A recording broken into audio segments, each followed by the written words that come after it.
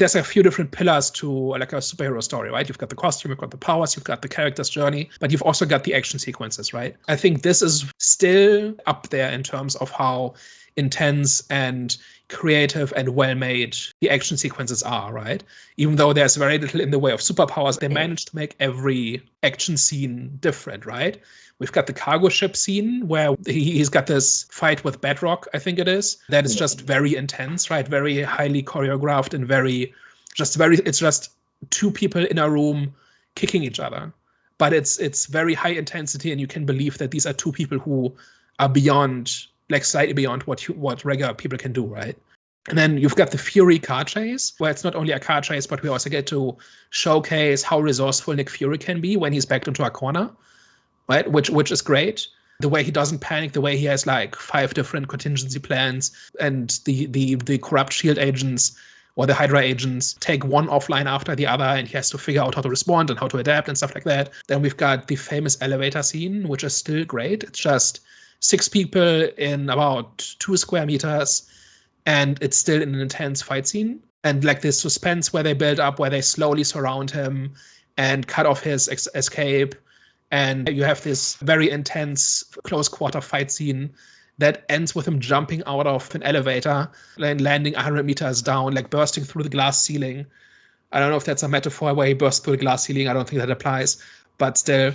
And then just lands there and just gets up, but he's hurt, right? Like they made sure to show us that landing on this concrete floor, despite all his superpowers, still took a lot out of him. He does not just simply shrug it off. He doesn't do the cool superhero landing. They give him a little moment of weakness, which is not a huge thing, but it's more things like this that make this work a little bit better. And then sometime later, we've got the highway ambush, where Winter Soldier and his goons ambush them on the highway, and there's like a multi-level fight, and they kind of pull out all the stops. Black Widow gets to do some cool spy stuff where she's very clearly not the weakest, but she can't take Winter Soldier in a fair fight, so she has to trick him with the audio recording and stuff like that, and her gadgets. If you thought the elevator fight was cool, how about the knife fight between Captain America and Winter Soldier, where they just two people again at the height of their skills. There's a lot of back and forth, and they're constantly trying to outmaneuver each other and outsmart each other. In terms of fight choreography,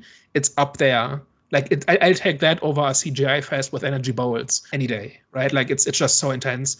And then finally, we've got the helicarrier fight, where we already mentioned how he defeats a Quinjet in close combat, but then it later on culminates in this extended action scene where they board these helicarriers and override the targeting data and everything, and everybody gets to be cool, right? Everybody contributes to something, and everybody is essential to finally making the plan work, right? So I just went through this list because like each of these action sequences is different, has different rules, has different contexts, and they unfold differently, even though there's barely any superpowers involved, right?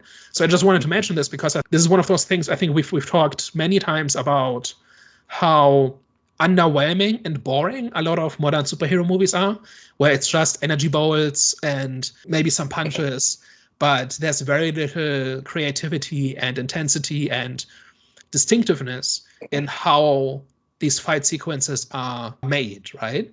And I think this is kind of one of those things where you don't have to do anything special. You just have to come up with new circumstances and new rules and new constraints for these characters and think about, okay, what will make for an interesting set piece?